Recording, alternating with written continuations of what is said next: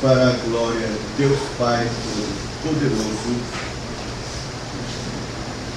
Criador nosso, para a glória do Senhor Jesus Cristo, nosso bendito Salvador, amado da nossa alma, a quem queremos seja dada toda a honra, toda a glória, todo o louvor, todo para sempre. O poder do Espírito Santo, que é quem nos instrui, quem nos ilumina a mente para compreendermos a verdade de Deus, quem nos guia pela verdade. Nós vamos abrir o livro, ou a carta aos Hebreus. Estamos fazendo a exposição sequenciada e já estamos no capítulo número 12. No final do capítulo, nós vamos ler versos 18 a 29. Hebreus, capítulo 12, do verso 18 a 29. Ouçamos com interesse, atenção, amor, humildade, do Senhor, o ensinamento dele mesmo para o nosso coração. Hebreus 12, a partir do verso número 18. Ora, não tendes chegado ao fogo palpável e ardente, e à escuridão, e às trevas, e à tempestade, e ao clangor de trombeta, e ao som de palavras tais, que quando os ouviram, suplicaram que não se lhes falasse mais, pois já não suportavam o que lhes era ordenado. Até um animal, se tocar o monte, será apedrejado. Na verdade, de tal modo era horrível o espetáculo que Moisés disse: sinto-me aterrado e tremo. Mas tende chegado ao monte Sião, e à cidade do Deus vivo, a Jerusalém celestial, e as incontáveis hostes de anjos, e a universal assembleia, e igreja dos primogênitos amorados no céu, e a Deus, o juiz de todos, e aos espíritos dos justos aperfeiçoados, e a Jesus, o mediador da nova aliança, e ao sangue da aspersão que fala coisas superiores ao que fala o próprio Abel. Tendo cuidado, não recuseis ao que fala, pois se não escaparam aqueles que recusaram ouvir quem divinamente os atribuiu sobre a terra, muito menos nós, os que nos desviamos daquele que do céu nos adverte, aquele cuja voz abalou então a terra. Agora, porém, ele promete, dizendo: ainda uma vez por todas farei abalar não só a terra, mas também o céu. Ora, essa palavra, ainda uma vez por todas, significa a remoção dessas coisas abaladas, como tinham sido feitas, para que as coisas que não são abaladas permaneçam.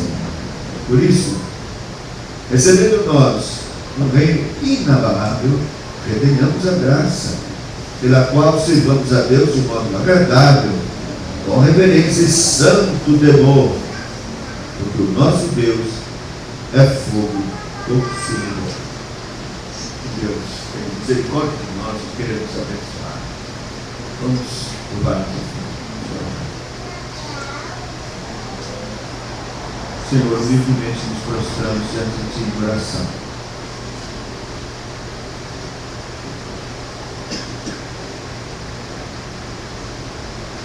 Graças pela Tua palavra bendita, que está à nossa disposição e a revelação da Tua vontade para nós. Nos ensina, nos encoraja, nos reprova, mas também nos anima, fortalece a nossa fé e nos guia no caminho da salvação, revelando-nos Cristo, nosso Salvador. Então, Senhor, nesta hora que nos Usamos diante do teu livro santo e vamos expor esta passagem.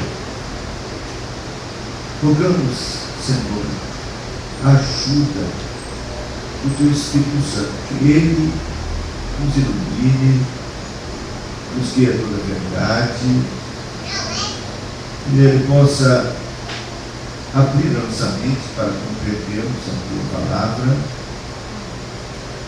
e Ele mesmo aplique a palavra, aplique ao nosso coração. Então, que Cristo seja glorificado, sua gloriosa salvação. Que nós possamos, ó Deus, através da tua palavra, chegar mais perto de ti, ter mais de Cristo em nós. Temos mais santidade, mais horror ao mal.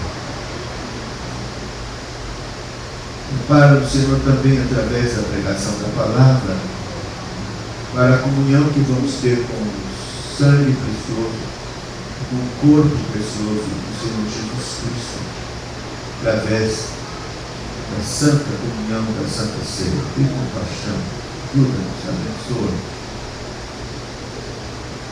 Fala, Senhor, a cada coração que está aqui.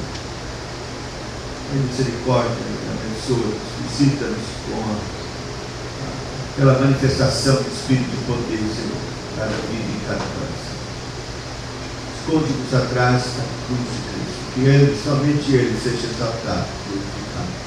Não a nós, mas ao teu nome da glória, o amor da tua fidelidade. Em nome de Jesus, nosso Salvador, perdão dos nossos pecados. Amém.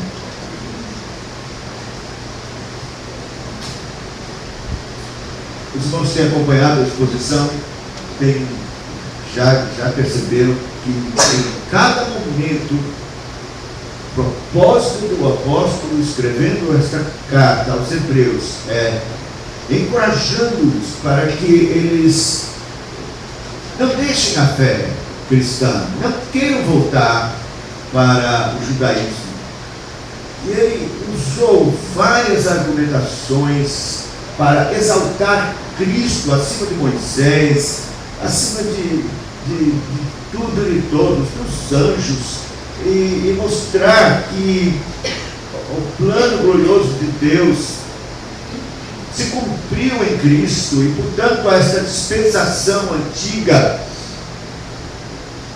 passou, foi importante, tem uma significação importante, mas algo muito mais glorioso chegou e se tornou realidade e se cumpriu, de modo que não há por que voltar. E quando chega agora, nesse momento, ele então, de uma forma mais apoteótica, mostra essa verdade para a igreja e para nós. O apóstolo aqui tenta fazer com que os hebreus perseverem no curso da fé cristã e não se desviem para o judaísmo.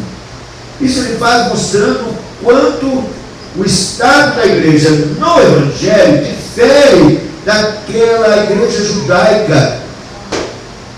E como a igreja agora, em Cristo, parece mais com a igreja celestial. Vamos então analisar alguns aspectos importantes, pelo menos 3. Ele mostra o quanto a igreja do Evangelho difere da igreja judaica e o quanto ela excede em muito a igreja judaica.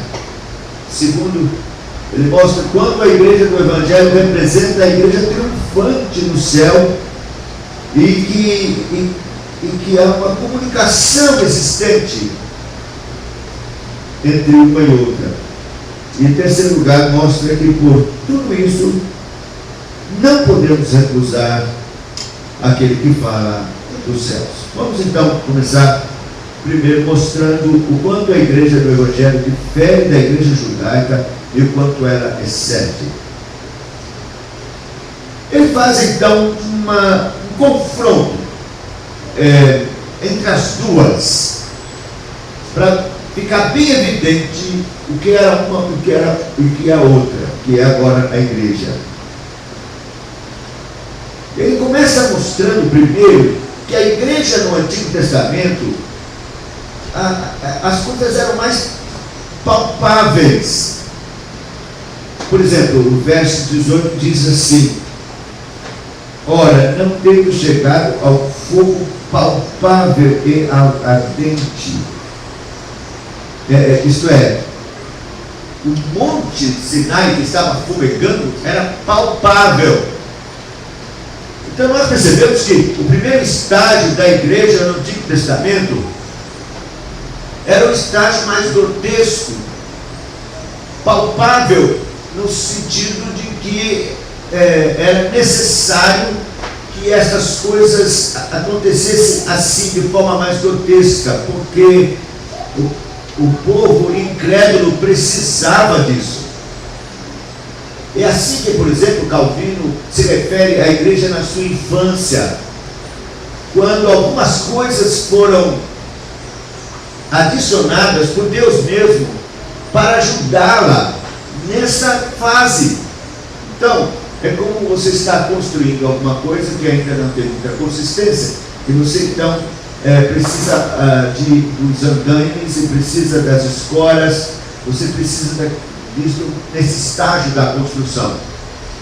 Depois você vai tirando as escoras e ela então não precisa mais. Assim você tem, por exemplo, no Antigo Testamento, muitas coisas que são visíveis. Você vê o tabernáculo, depois o templo, como foi feito, os desenhos, aquelas coisas que foram feitas pelos artistas e artífices, aqueles que criaram romãs e figuras, e querubins, e as coisas eram assim bem visíveis, audíveis, tocáveis, porque era esse o estágio em que a igreja se encontrava. Mas a igreja no Evangelho, ela é espiritual. Nós não temos nada visível na igreja do Evangelho, senão os sacramentos. Só essas duas coisas: a água do batismo e o pão e o vinho. Então, essas coisas, somente essas coisas são visíveis na igreja do Novo Testamento, porque é espiritual.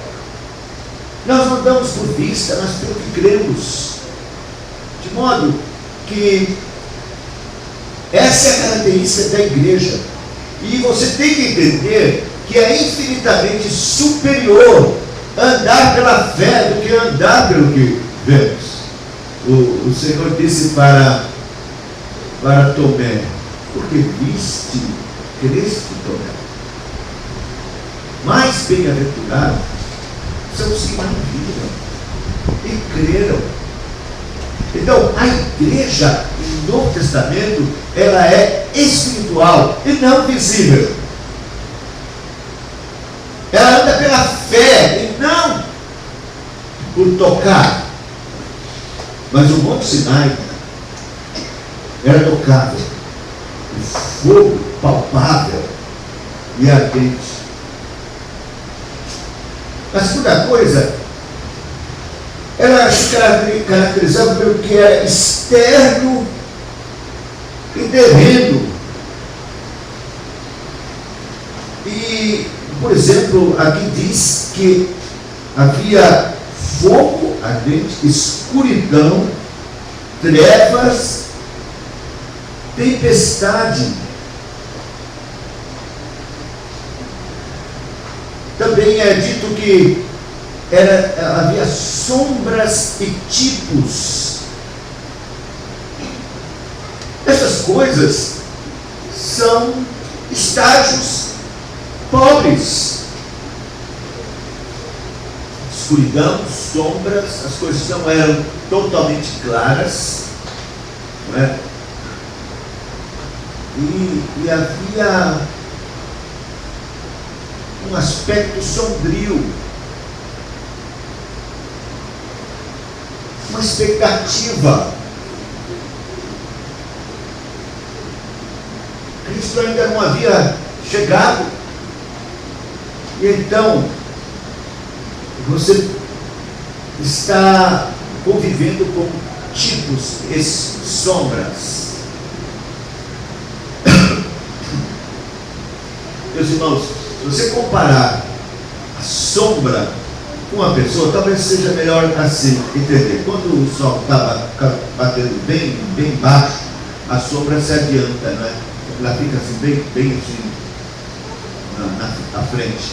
E então, imagine que você está esperando alguém que você ama muito. E então, você vê a sombra. Ela está vindo, tem uma parede aqui, quer dizer, não dá para você ver a pessoa, mas vê a sombra dela. Então você diz, chegou a sombra dela, que coisa maravilhosa. E então você fica admirando a sombra, e a pessoa já está atrás de você, mas você não quer nem saber, você está com a sombra, admirado com a sombra, é sombra. Daí você se vira, é o seu amado. Você quer saber lá de sombra? Você abraça na sombra, você abraça o seu amado. Então, mostra a infinita superioridade da realidade do que da sombra.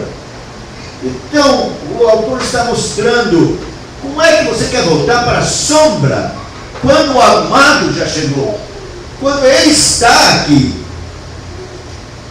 Antes você tinha que se contentar com a sombra, mas agora ele chegou. Não interessa mais a sombra. Como as pessoas então queriam voltar na igreja lá dos Hebreus para a sombra. A igreja está no Evangelho, que é brilhante, que é às claras.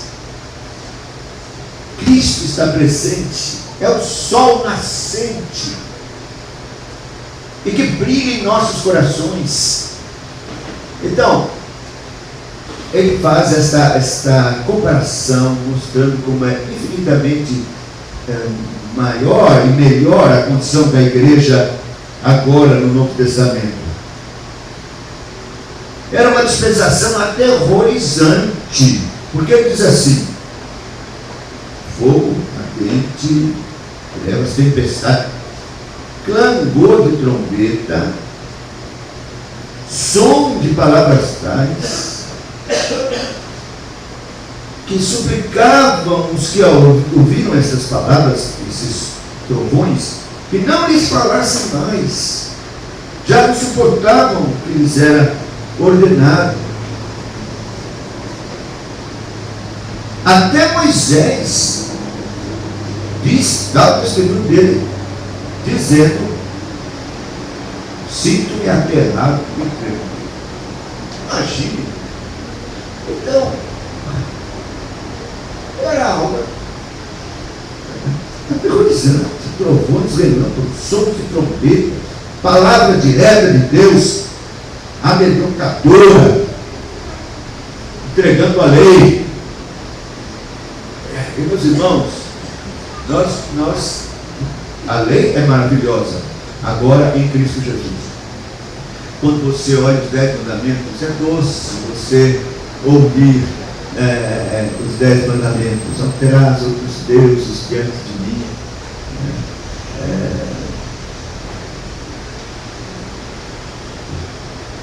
Também para não fazer imagem de escultura, uma coisa semelhante ao mundo que é no céu e embaixo da terra. Você decora esses mandamentos: não tomarás o nome do Senhor teu Deus em vão, Deus não terá por inocente de tomar o seu nome em vão. Lembra-te do dia do sábado para guardar. Honra teu pai e tua mãe. Não matarás, não adulterarás, não furtarás, não dirás falso testemunho, não cobiçarás. Por quê? Você ouve estas coisas e pensa: Cristo cumpriu tudo isso e me livrou da maldição da lei, do cádio da lei. Eu estou livre. Eu agora abraço esses mandamentos com muita tranquilidade e amor, sabendo que eu quero cumprir para agradar a Deus, para agradecer a Deus por essa salvação tão maravilhosa, mas não tenho mais medo. Porque quando eu falho, e eu sei que eu falho, e quebro a lei de Deus, eu tenho o sangue de Jesus Cristo que me purifica e me garante a salvação. E além do mais, Ele obedeceu por mim perfeitamente a lei, e portanto, Deus não vai requerer de mim, para a minha salvação, que eu obedeça lei para ser salvo. Ele vai se agradar muito se eu obedecer a lei por gratidão e louvor, mas não vai me cobrar para a salvação. Então é doce ouvir, mas agora não lá. Lá não. Não será outros deuses diante de mim.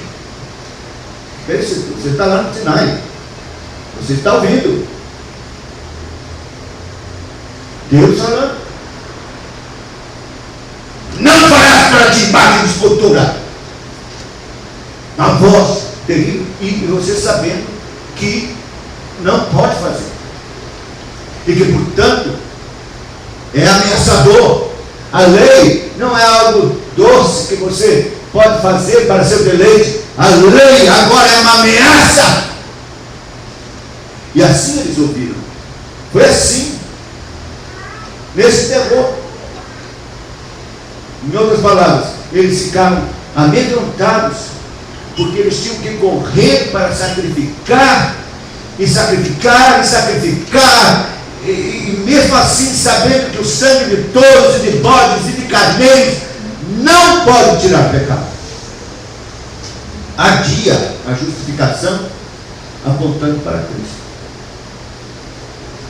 Terrível. Você não imagina a sensação de um membro da igreja na antiga aliança, e a satisfação e a sensação de um membro da igreja da nova aliança, com a justificação já garantida pelo sangue de Cristo. Não sangue de touro do bode, sangue do Cordeiro de Deus, que tira o pecado do mundo. Então, o autor está dizendo: vocês não fazem ideia, era aterrorizante. A palavra direta, entrega, os apavorava, e eles pediram que não falassem mais. Até Moisés sentiu-se aterrorizado e trêmulo. Mas a igreja no Novo Testamento, pela intermediação de Cristo, goza de mansidão e suavidade e condescendência de Deus para conosco na nossa fraqueza. Deus não fala ameaçadoramente, mas com graça a filhos salvos pelo sangue do seu Filho.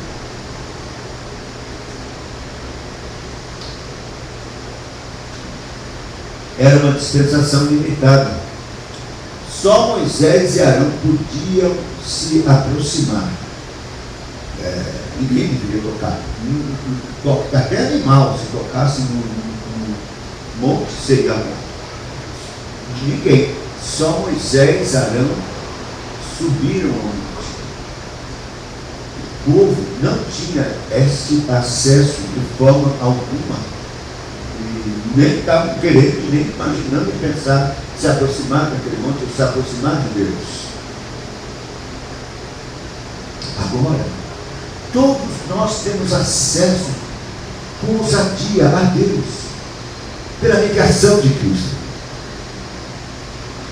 por meio de Cristo, por seu sangue, pelo novo e vivo caminho, véu rasgado da sua carne.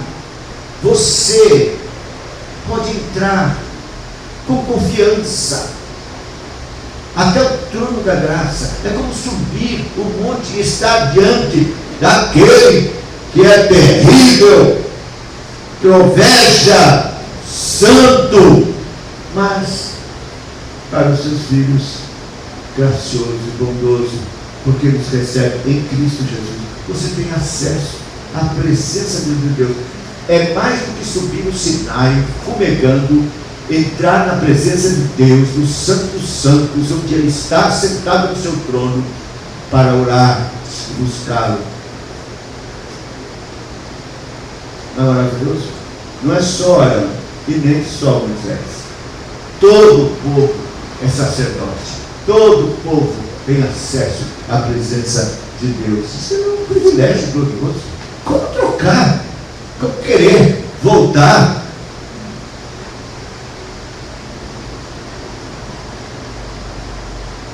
Era uma dispensação perigosa. Verso 20 diz assim: pois já não suportavam o que lhes era ordenado. Até um animal, se tocar o monte, será apedrejado. Então veja, né, como era ameaçador. Mas agora, é verdade, continua perigoso para os pecadores impenitentes que não encontraram arrependimento, para os que são soberbos, para os que não encontraram a graça e não se humilharam diante do Calvário e da cruz. Esses receberão penalidade eterna e serão banidos da face do nosso Deus. Quer dizer, Deus não mudou, Ele continua justo, santo, se ira todos os dias. E ai daqueles que não encontrarem o caminho da salvação em Cristo Jesus, para se refugiar nele, no seu sangue, porque a palavra de Deus diz que o sangue do Senhor nos livra da ira vindoura.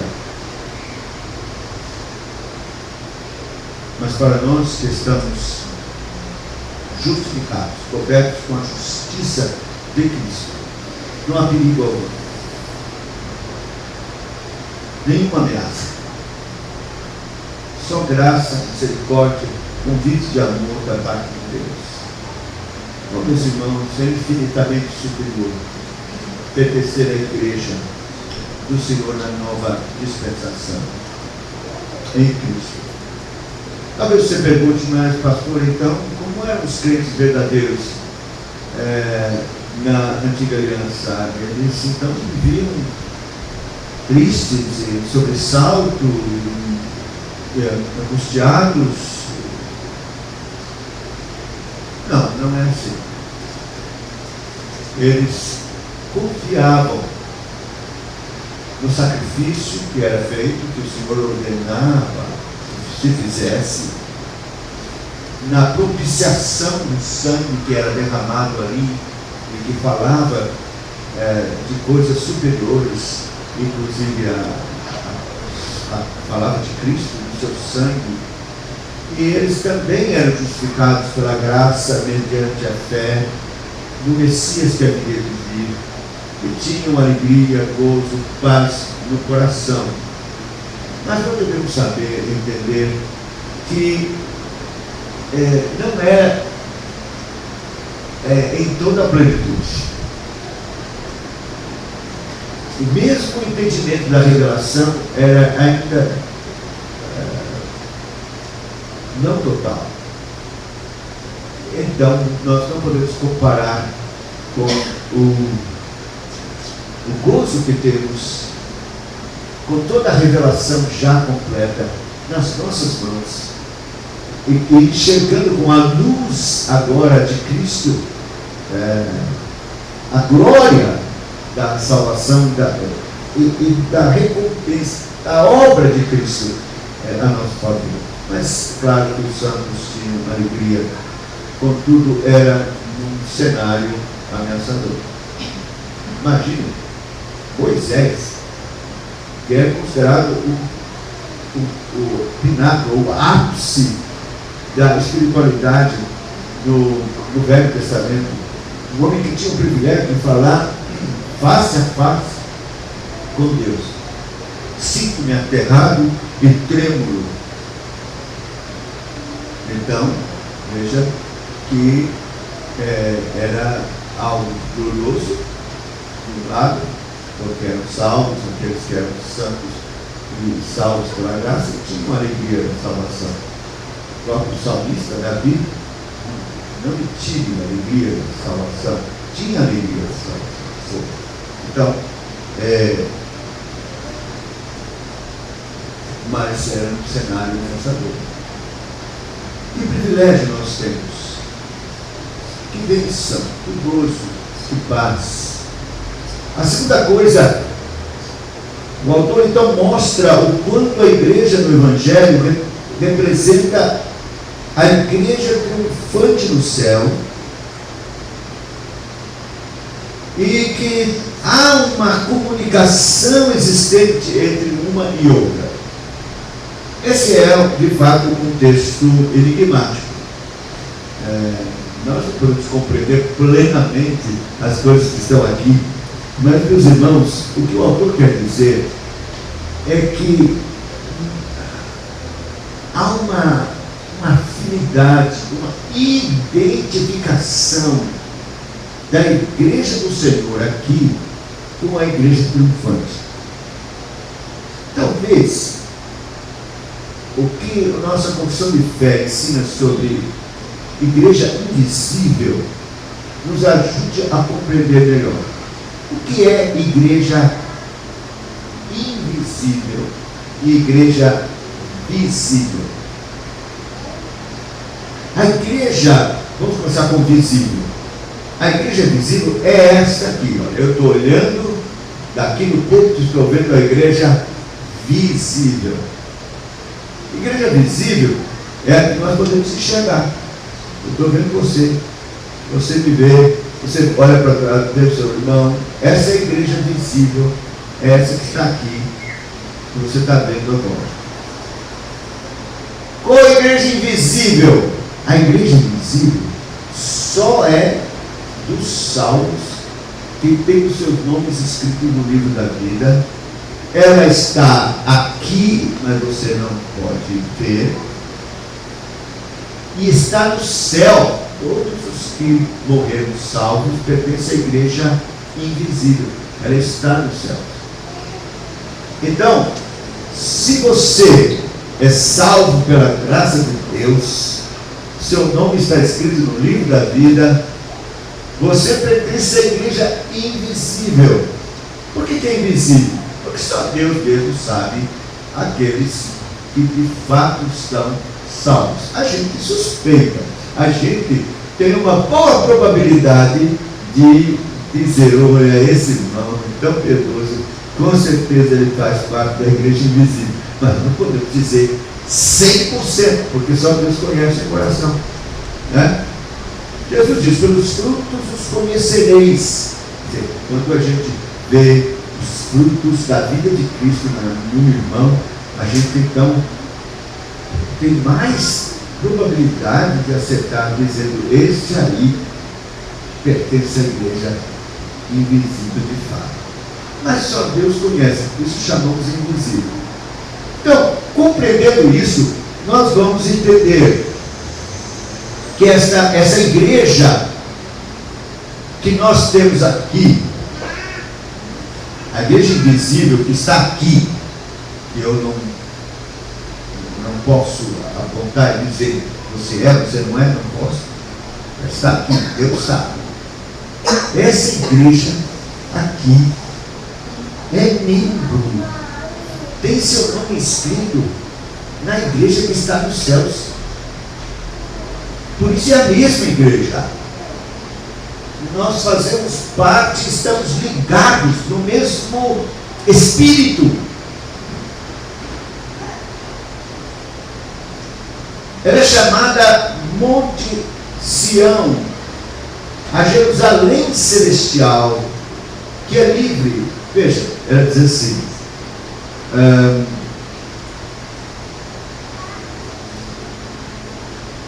Mas, verso 22, tende chegado ao Monte Sião, cidade do Deus vivo, Jerusalém celestial.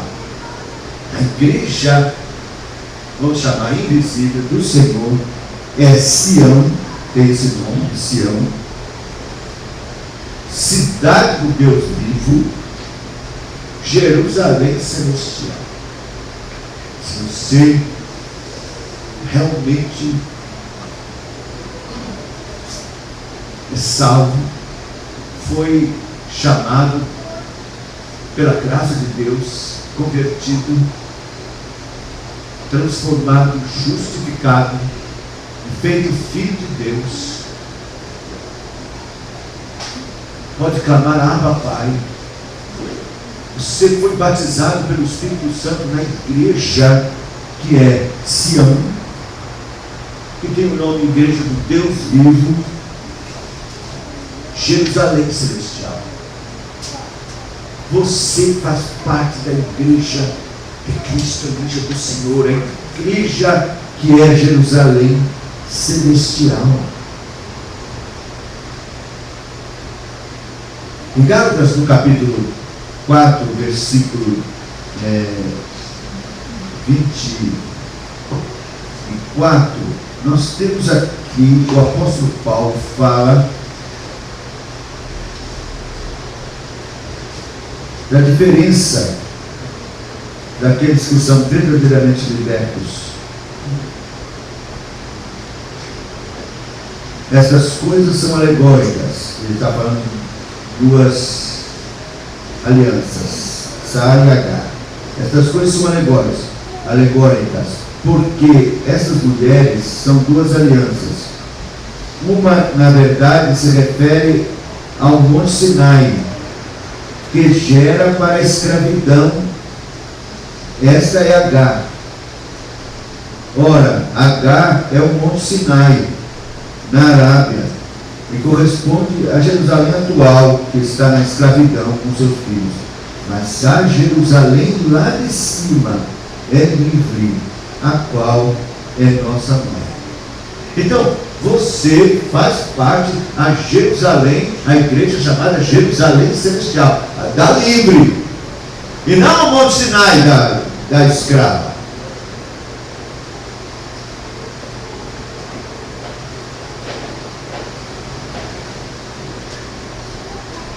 Jerusalém Celestial, cidade do Deus vivo, onde Ele governa, guia, santifica, fala a eles pela pregação do Evangelho, falamos com Ele pela oração, Ele nos treina para o céu, Ele garante a nossa herança. É assim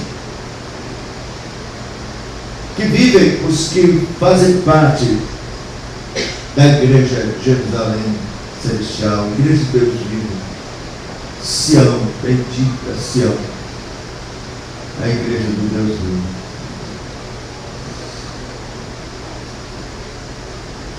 Mas é dito que essa igreja se associa, está ligada com o céu.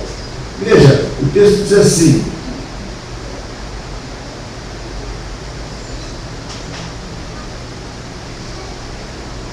Jerusalém Celestial, mas tende chegado ao Monte Sião, verso 22, cidade do Deus vivo, Jerusalém Celestial, e as incontáveis hostes de anjos, e a universal assembleia e igreja dos primogênitos, arrolados nos céus, e a Deus, juiz de todos, e aos espíritos dos justos aperfeiçoados, e a Jesus, o mediador da nova aliança, e ao sangue da aspersão, que fala coisas superiores ao que fala o próprio Abel.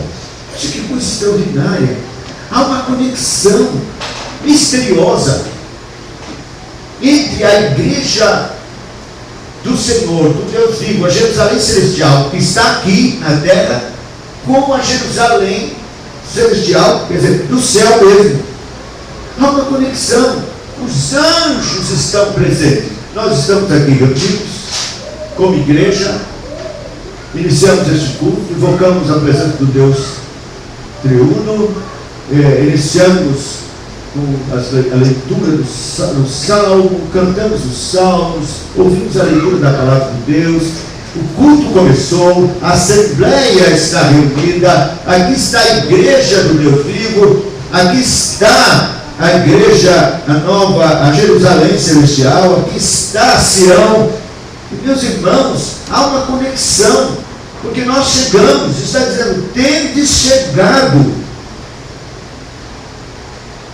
a incontáveis hostes de anjos e a universal assembleia. Então, todas as igrejas que estão reunidas agora, elas estão reunidas na Assembleia Universal. Elas fazem parte desta Assembleia Universal. Os anjos estão presentes, incontáveis hostes de anjos, e era chamado de Universal Assembleia. É a igreja invisível, é universal. A igreja invisível, ela tem os crentes de todas as partes do mundo que estão vivos ainda, e os que já partiram fazem parte da mesma igreja. E quando nós nos reunimos, então é dito que chegamos também a esta igreja universal, chamada Igreja Assembleia Universal, a igreja dos primogênitos, arrolados nos céus. É dito primogênitos porque eles foram primeiros, estão lá, na presença do Senhor, né? Eles já estão usufruindo desta bênção maravilhosa na presença de Deus nos céus. Eles estão vivos. Agora, preste atenção. A igreja dos primogênitos arrolados no céu. Nós chegamos, temos chegado. Quer dizer que estes primogênitos que estão no céu, que depois são chamados de espíritos dos justos aperfeiçoados. Espíritos dos justos aperfeiçoados. Então quer dizer, eles estão lá nos céus, em espírito, porque eles são espírito, o corpo ficou na sepultura, mas o espírito está lá no céu, na presença de Deus, aperfeiçoado em santidade. Como é que a igreja adventista, essa seita, ensina que não existe alma?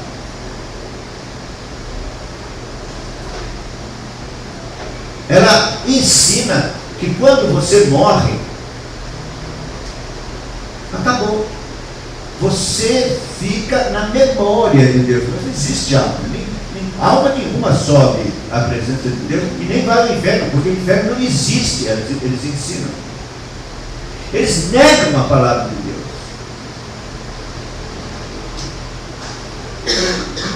O texto está dizendo que os espíritos aperfeiçoados estão lá e nós nos achegamos a eles. Sabe o que quer dizer? Que quando estamos cultuando agora, eles estão cultuando lá e nós aqui.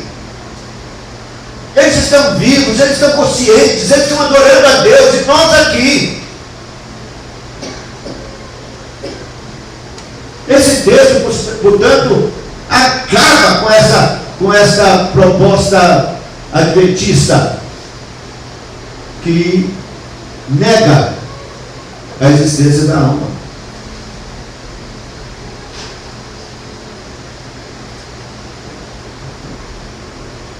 E a Jesus, veja, eu vou ler novamente, a igreja dos primogênitos arrolados nos céus, e a Deus, o justo juiz, e aos espíritos dos justos aperfeiçoados. Espíritos justos aperfeiçoados. Algum parente seu, crente, piedoso, pai, mãe, já partiu? Ele é desses espíritos de justo aperfeiçoado. Está lá. Eu não creio, não posso crer, eu sei que existe até, eu conheço um pastor reformado que crê que os Espíritos justos aperfeiçoados estão nos vendo aqui adorar ao Senhor. Eu não posso concordar com isso, porque lá em Eclesiastes fala que aqueles que partiram, eles não têm parte alguma do que acontece debaixo do sol. Eu não quero dizer que eles iriam sofrer se vissem qualquer coisa, os seus queridos sofrendo aqui, porque essa é uma questão que Deus poderia facilmente resolver. Mas não é esse o caminho. É porque a Bíblia diz que eles não têm parte alguma no que acontece debaixo do sol, no sentido de nos ver aqui. Eu creio que nós temos parte do que eles experimentam lá. Quer dizer, nós sentimos parte do gozo pleno que eles estão sentindo lá. Nós podemos sentir um gostinho dos céus quando nos reunimos como Assembleia Universal dos Justos. É um gostinho, é um antegozo do céu quando estamos reunidos aqui como igreja. Eles plenamente lá. A presença do Senhor, um pleno gozo, justos aperfeiçoados, é o que diz o texto. E a Jesus, o mediador da nova aliança. O que o autor quer dizer é que, por mais glorioso que tenha sido a dispensação passada da igreja, nada se compara a ter uma relação pessoal, íntima com Cristo, o mediador da Santa Aliança, o Messias, o anjo da aliança, aquele por que todas as coisas foram criadas, a glória de Israel. O povo no Antigo Testamento era distante, o Messias virá. Agora nós não só dizemos o Messias veio, mas nós podemos ter comunhão com Ele, como vamos fazer na Santa Ceia. Essa é uma experiência que a igreja do Antigo Testamento não teve nenhum dos santos do Antigo Testamento. Eles celebravam a Páscoa e pensavam: ele nos livrou do Egito, é o Cordeiro Pascual que virá. Mas eles não podiam ter comunhão com Cristo. Mas nós podemos. Veja, nós chegamos a todas essas coisas maravilhosas e a Jesus, o mediador da nova aliança, e ao sangue da aspersão que fala coisas superiores do que fala o próprio Abel. Então, nós temos acesso ao mediador, nós temos comunhão com Ele, nós temos Jesus conosco, seu Espírito está aqui, Ele promove essa comunhão preciosa. Comunhão com o seu sangue, que é tão maravilhoso, porque é com essa comunhão do sangue que nossa alma é sossegada, na garantia da justificação, da proteção, do livramento da ira de Deus. Oh, sangue precioso, sangue que fala muito mais do que o sangue de Abel. O sangue de Abel tinha uma significação, era o sangue do justo, que vindicava, clamava por vingança. Era isso que o sangue de Abel falava. Mas agora nós temos a bênção do sangue de Jesus, que fala coisas superiores, muito mais do que o sangue de Abel. Fala de justificação, fala de livramento da morte eterna. O sangue de Cristo fala de proteção, de nos livrar da ira vindoura. O sangue do Senhor Jesus Cristo nos dá garantia contra Satanás, o inimigo das nossas almas. Está lá em Apocalipse: eles o venceram pelo sangue do Cordeiro e pela palavra do testemunho. Então, nós temos essa glória, essa graça maravilhosa.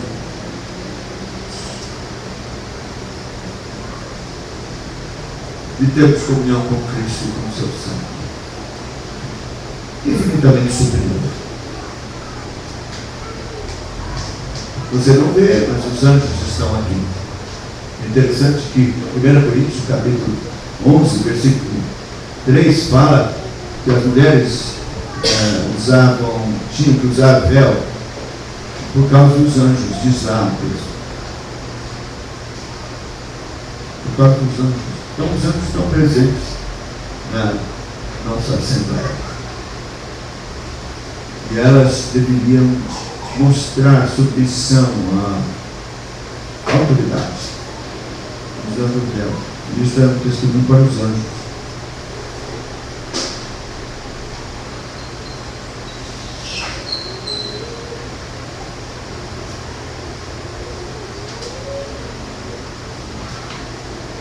E finalizando: tende cuidado, não recuseis ao que fala, pois se não escaparam aqueles que recusaram ouvir quem divinamente os advertia sobre a terra, muito menos nós, os que nos desviamos daquele que do céu nos adverte. Do céu nos adverte. Meus irmãos,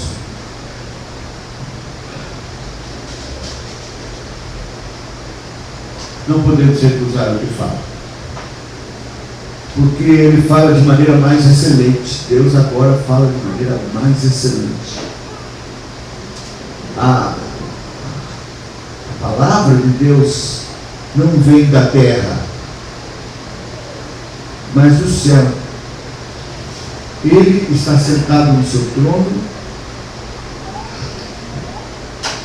e nos fala, não no Monte Sinai, ele fala agora no nosso coração. Não é nem um trovão, porque se fosse, Gracinha primeiro sai correndo. É Deus falando na minha voz. Ele está falando. E então, você pode ouvir a voz de Deus nos advertindo. Mas, meus irmãos, o que o autor está dizendo é que muito mais, por isso nós temos que obedecer. Porque se não se pereceram aqueles que foram advertidos ao que falava na terra, muito mais agora que Deus nos adverte dos céus. Ele nos fala agora pela sua palavra inspirada e pelo seu Espírito Santo. Fala mais poderosamente e efetivamente, mais claramente. Portanto, também será mais cobrado. A quem muito cuidado não será exigido da palavra de Deus. Os que ouvem a palavra de Deus no Novo Testamento serão mais cobrados do que os que ouviram no Antigo Testamento. Claro, tudo mais pleno, mais claro. Muita coisa era escura. Mas eles foram responsabilizados. Os que não ouviram, que não atentaram, que não quiseram saber, pereceram. Muito mais nós, que temos tudo tão claro, e Deus falando de forma tão clara e direta. Então as consequências serão muito piores. Se pereceram os que foram advertidos na terra, então muito mais vão perecer e ser responsabilizados os que são advertidos pelo céu. Se abalou a terra, o que Deus falou lá,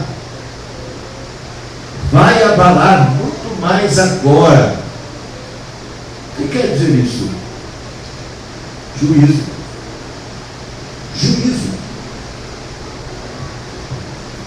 terra será abalada, e o céu também, naquele último dia. Por isso que o texto está dizendo assim: pois se não escaparam aqueles que recusaram ouvir quem divinamente os advertira sobre a terra, muito menos nós vamos escapar, os que nos desviamos daquele que do céu nos adverte. Aquele cuja voz abalou então a terra, Monte Sinai tremeu, né? Agora, porém, ele promete, dizendo: ainda uma vez por todas farei abalar não só a terra, mas também o céu. É o último dia, é aquele abalo, aquele estrondo, é aquilo que vai acontecer, conforme o apóstolo Pedro nos falou na sua segunda carta, no capítulo de número 3. Ele fala deste abalo, desta promessa da vinda do Senhor. Ele diz assim, 2 Pedro, capítulo 3,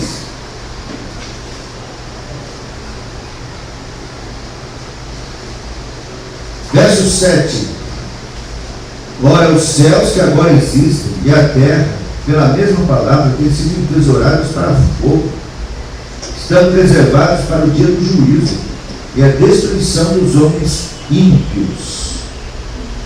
Aí diz assim, verso 10: virá, entretanto, como ladrão o dia do Senhor, no qual os céus passarão com estrepitoso estrondo, e os elementos se desfarão abrasados, também a terra e as obras que nela existem serão abaladas. Visto que todas estas coisas hão de ser assim desfeitas, devem ser tais como os que vivem em santo procedimento e piedade. Você veja? Abalarei.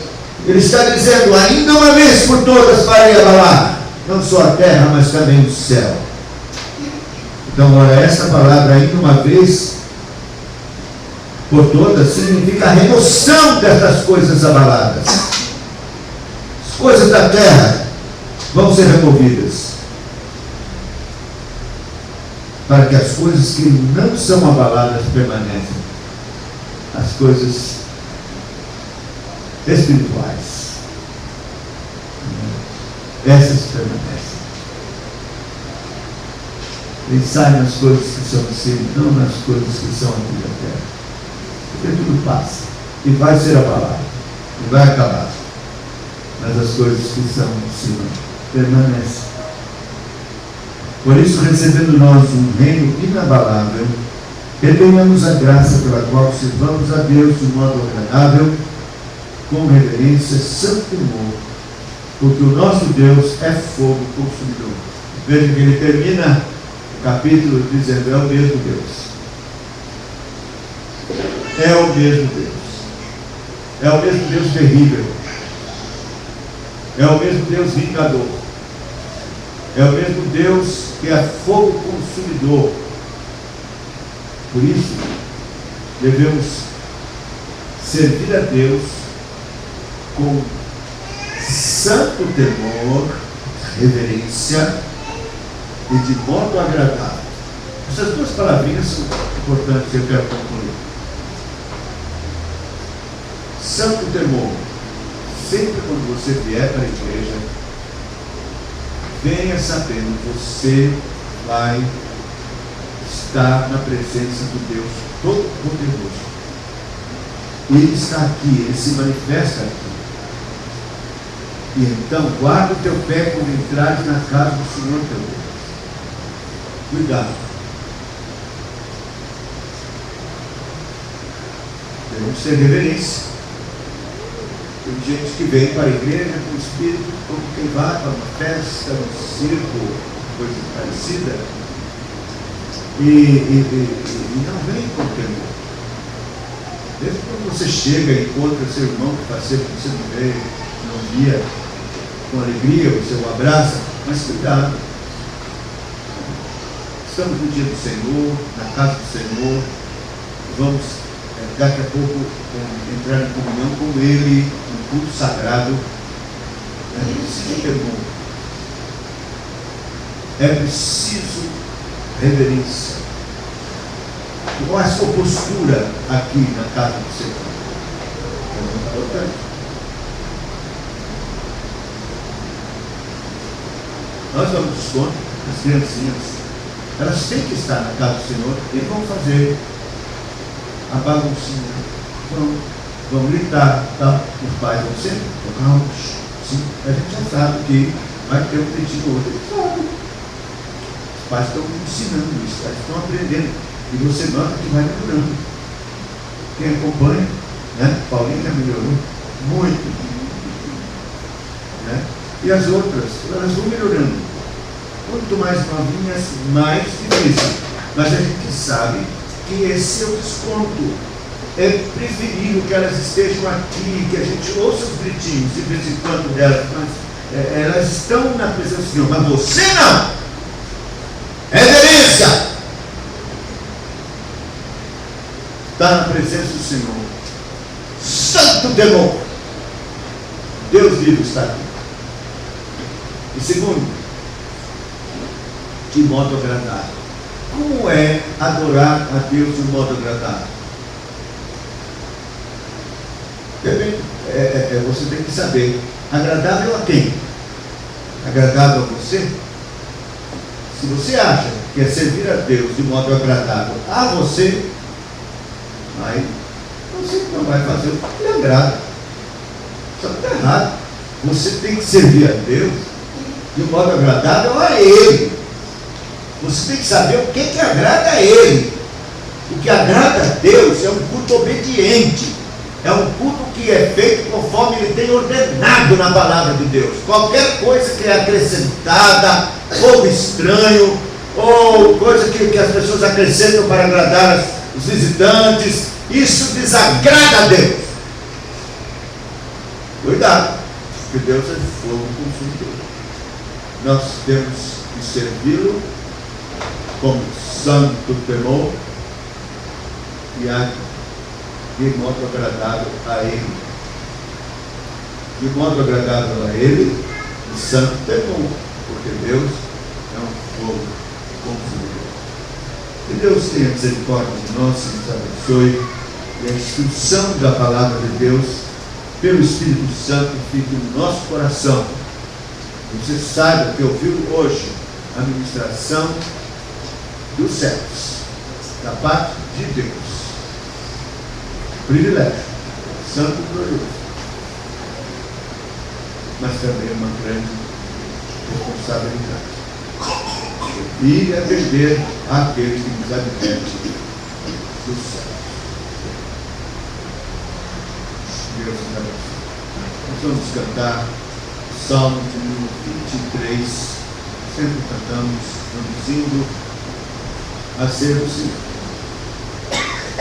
Vamos cantar esse salmo, os presbíteros tomarão assento, lugares, e os diáconos irão